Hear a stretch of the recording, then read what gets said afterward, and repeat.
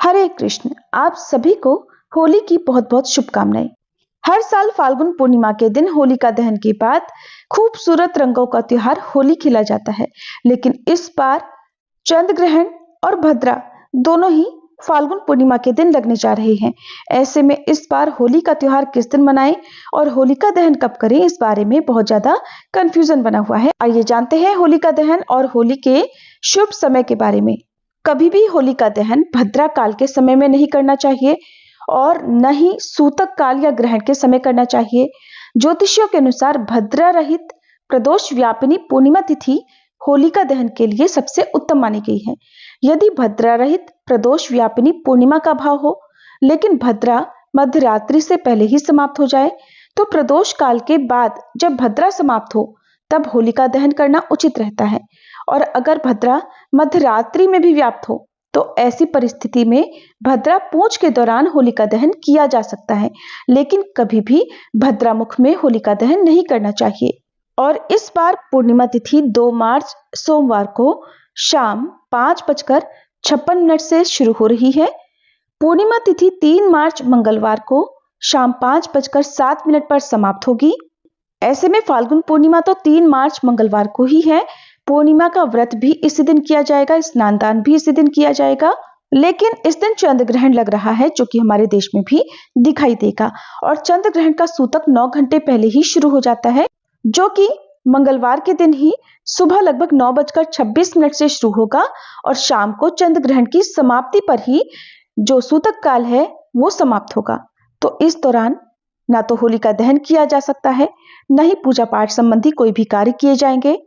और भद्रा काल 2 मार्च सोमवार को शाम 5:55 से शुरू होगा और 3 मार्च मंगलवार को भद्रा सुबह 5:28 पर समाप्त होगी।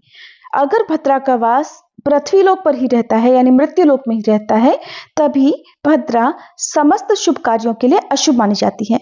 और इस बार की भद्रा का वास पृथ्वी लोक पर ही रहने वाला है, इसलिए भद्रा के दौरान किसी भी शुभ काम को करने से बचना चाहिए।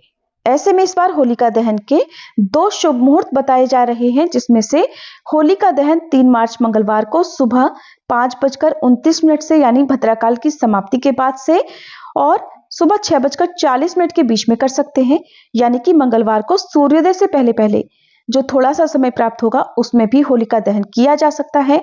और इसके बाद क्योंकि सूतक काल और ग्रहण के बाद ही होलिका दहन किया जाएगा, इसलिए जो दूसरा होलिका दहन शुभ मुहूर्त प्राप्त हो रहा है वो होगा मंगलवार को शाम 6:46 से रात 8:50 तक, यानी कि सूतक काल और ग्रहण के बाद में होलिका दहन करना ज्यादा लोगों के अनुसार सही माना जा रहा है। तो आप भी इसी मुहूर्त के दौरान होलिका दहन कर सकते हैं। तो ऐसे में इस बार होलिका दहन तो 3 मार्च मंगलवार को होगा।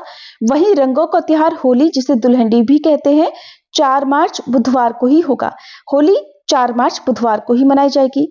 होली से ठीक 8 दिन पहले होलाष्टक प्रारंभ हो जाते हैं, जो कि फाल्गुन शुक्ल पक्ष की अष्टमी तिथि से प्रारंभ होते हैं।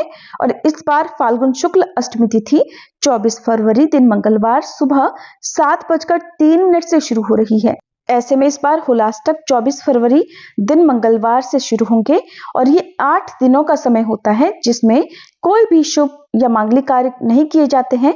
और होली के दिन, फाल्गुन पूर्णिमा के दिन होलिका दहन के साथ ही होलाष्टक समाप्त हो जाते हैं, जो कि 3 मार्च मंगलवार को समाप्त होंगे। होलिका दहन के दिन ग्रहण होने के कारण कुछ बातों का विशेष ध्यान रखना चाहिए। ग्रहण की वीडियो हमारे चैनल पर अलग से अपलोडेड है, आप देख सकते हैं। सबसे पहले ग्रहण काल में होली पूजन से जुड़ा हुआ कोई भी कार्य ना करें। घर में भोजन बनाने से लेकर सब्जियां काटने की भूल भी नहीं करनी चाहिए।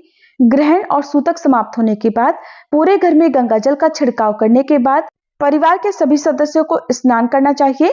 फिर मंदिर की प्रतिमाओं को स्नान कराकर उनके वस्त्र बदलकर मंदिर में गंगा जल छिड़ककर पूजा करनी चाहिए। और इसके बाद आप होलिका दहन या होलिका पूजन कर सकते हैं। अगर आपने पहले ही होलिका रख दी है या होलिका दहन के लिए लकड़ियां इकट्ठी कर दी हैं, तो क्योंकि ग्रहण के समय नकारात्मक प्रभाव होने से ग्रहण का कुछ अशुभ प्रभाव भी हो सकता है, जिसके लिए आप होलिका पूजन से पहले जहां पर भी होलिका इकट्ठी की गई है, लकड़ियां रखी गई हैं, वहां पर गंगा जल का छिड़काव अवश्य कर लें। और अपने सभी आराध्य देवी देवताओं से प्रार्थना भी करें कि इस ग्रहण का या भद्रा का कोई भी अशुभ प्रभाव आप या आपके परिवारजनों पर ना पड़े। ये थी आज की वीडियो। उम्मीद है आपको पसंद आई होगी।